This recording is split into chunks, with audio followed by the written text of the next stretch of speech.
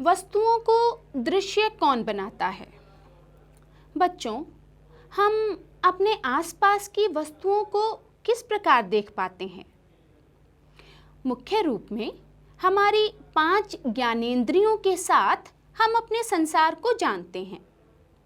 यह है देखना, सुनना, स्वाद लेना, सुगंध लेना और स्पर्श करना। नेत्र हमें देखने में, कान सुनने में, जीभ स्वाद लेने के लिए, नाक सुगंध लेने के लिए और हाथ या हम कह सकते हैं त्वचा स्पर्श के लिए सहायक होते हैं। ज्ञानेंद्रियों में दृष्टि एक सबसे महत्वपूर्ण ज्ञानेंद्रिय है। लेकिन बच्चों, क्या आप अंधेरे कमरे में किसी वस्तु को देख पाते हैं? नहीं ना? तो इसका अर्थ क्या हुआ? इसका अर्थ है कि नेत्रों के अतिरिक्त वस्तुओं को देखने के लिए हमें प्रकाश की भी आवश्यकता होती है। किसी वस्तु को हम तब ही देख सकते हैं जब उस वस्तु से आने वाला प्रकाश हमारे नेत्रों में प्रवेश करता है। यह प्रकाश वस्तुओं द्वारा उत्सर्जित अथवा उनसे परावर्तित हुआ हो सकता है। कुछ वस्तुएं अपना स्वयं का प्रकाश उत्पन्न कर सकती हैं, जैसे कि सूर्य, फ्लोरोसेंट बल्ब, जलती हुई मोमबत्ती इत्यादि। इन्हें हम दीप्त वस्तुएं कहते हैं। लेकिन हमारे जीवन में जो वस्तुएं हम देखते हैं, उनमें से कई अपना प्रकाश उत्पन्न नहीं करती हैं, जैसे कि मेज़, कुर्सी, दीवार, कागज़ इत्यादि। इन्हें अदीप्त वस्तुएं कहा जाता है। बच्चों, फिर हम इन अदीप्त वस्तुओं को किस प्रकार देख पाते हैं? हाँ, यह प्रकाश के परावर्तन के कारण होता है। यह अदीप्त वस्तुएं प्रकाश को हमारे नेत्रों की ओर परावर्तित कर देती हैं। लेकिन यह परावर्तित होने वाला प्रकाश कहाँ से आता है? बच्चों, यह प्रकाश कहीं और से नहीं, बल्कि किसी दीप्त वस्तु का होता है। इसका अर्थ है कि हम किसी अदीप्त वस्तु को उस पर पड़ने वाले दीप्त वस्तु के प्रकाश के परावर्तन के कारण देख पाते हैं। इसी कारण हम दिन के समय सूर्य के प्रकाश में नीला आकाश, हरे पेड़ पौधे आदि देख पाते हैं, जो सूर्य के प्रकाश को परावर्तित करके हमारे नेत्रों तक पहुंचाते हैं। रात्रि के समय हम आकाश में चंद्रमा को देखते हैं, क्योंकि चंद्रमा उस पर पड़ने वाले सूर्य के प्रकाश को परावर्तित कर रहा होता है। चंद्रमा स्वयं अदीप्त होता है, उसका स्वयं का प्रकाश नहीं होता। तो इस प्रकार हम वस्तुओं को देख सकते हैं। आइए बच्चों, अब हम परावर्तन के नियमों के बारे में पढ़ते हैं। बच्चों, हम अदीप्त और दीप्त वस्तुओं के बारे में पढ़ चुके, तो क्या आप बता सकते हैं दीप्त वस्तुएं किस दिशा में अपना प्रकाश परावर्तित करती हैं?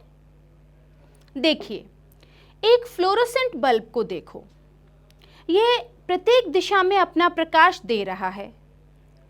मान लीजिए कि इस बल्ब से प्रकाश की एक किरण फर्श के साथ टकराती है।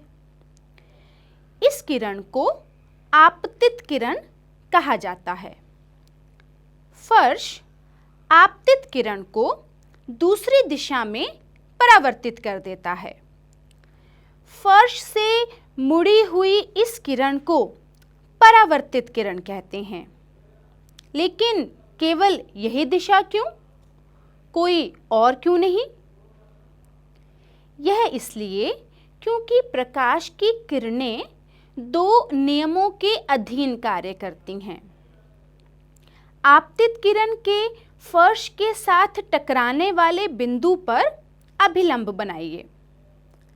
आपतित किरण और इस अभिलंब के बीच के कोण को आपतन कोण कहते हैं, जिसे एंगल I के द्वारा दर्शाया जाता है।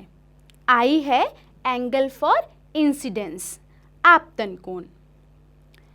परावर्तित किरण और अभिलंब के बीच के कोण को हम परावर्तन कोण कहते हैं, जिसे हम एंगल R से बताते हैं, एंगल फॉर रिफ्लेक्शन। आइए अब परावर्तन के नियमों के बारे में बात करते हैं।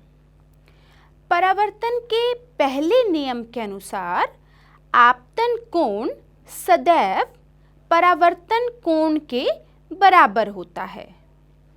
यही कारण है कि यदि कोई किरण एंगल I या आपतन कोण पर किसी एक सतह पर टकराती है तो वह एक ही दिशा में परिवर्तित होगी, जिसका परावर्तन कोण अर्थात एंगल R आपतन कोण यानी कि एंगल I के बराबर होगा। यदि हम आपतन कोण को बदलते हैं तो परावर्तित किरण भी उसी अनुसार बदलेगी। एंगल I को बराबर रखने के लिए अपनी दिशा में उसी अनुसार बदलाव लाएगी। यह था परावर्तन का पहला नियम। परावर्तन के दूसरे नियम के अनुसार आपतित किरण आपतन बिंदु के ऊपर अभिलंब और परावर्तित किरण यह सभी एक ही तल में होते हैं। इसलिए हम अपनी कॉपी पर परावर्तन को आसानी से दर्शा पाते हैं, क्योंकि सभी किरणों का तल एक ही है, हमारी कॉपी का पन्ना। लेकिन सोचो, यदि परावर्तित किरण पेज से ऊपर की तरफ उठकर बन रही होती तो क्या हम उसे देख पाते या क्या हम उसे दिखा पाते? इस स्थिति में परावर्तन का चित्र कुछ इस प्रकार बनना था, जहां आपतित किरण और अभिलंब एक ही तल में होते, लेकिन परावर्तित किरण का तल भिन्न होना था। लेकिन यह असंभव है। आइए बच्चों, एक क्रिया के द्वारा हम परावर्तन के नियम को समझते हैं। एक मेज पर एक श्वेत शीट लगाइए। एक कंघी को इस शीट पर लंब स्थिति में रखिए। अब एक टॉर्च की सहायता से कंघी के छिद्रों में से प्रकाश को निकालें। प्रकाश की किरणों के पथ में एक समतल दर्पण रखिए। आप क्या देखते हैं? हाँ, हमें किरणें दर्पण से परावर्तित होती हुई दिखती हैं। इन्हें दिखाए अनुसार अंकित करिए और अभिलंब को भी बनाइए। अब आपतन कोण और परावर्तन कोण को पहचान कर अंकित करिए। D या प्रोटेक्टर की सहायता से इन कोणों को नापिए। आप देखेंगे कि दोनों कोण लगभग बराबर हैं। इससे परावर्तन का पहला नियम सिद्ध होता है कि आपतन कोण और परावर्तन कोण सदैव बराबर होते हैं। बच्चों, आप टॉर्च की स्थिति को भी बदल कर और भी कई रीडिंग्स ले सकते हैं। जब कागज की शीट मेज पर बिछाई गई है तो वह एक तल को निरूपित करती है। जब इस कागज की शीट को काटकर इधर दिखाए अनुसार मोड़ते हैं तो हम एक नया तल बना देते हैं। अब हमें केवल आपतित किरण और अभिलंब ही एक तल में होने के कारण दिखाई दे रहे हैं और परावर्तित किरण के तल के बदल जाने के कारण यह दिखाई नहीं दे रही है। इसी के साथ परावर्तन का दूसरा नियम भी सिद्ध होता है कि आपतित किरण, अभिलंब और परावर्तित किरण सदैव एक ही तल में होते हैं।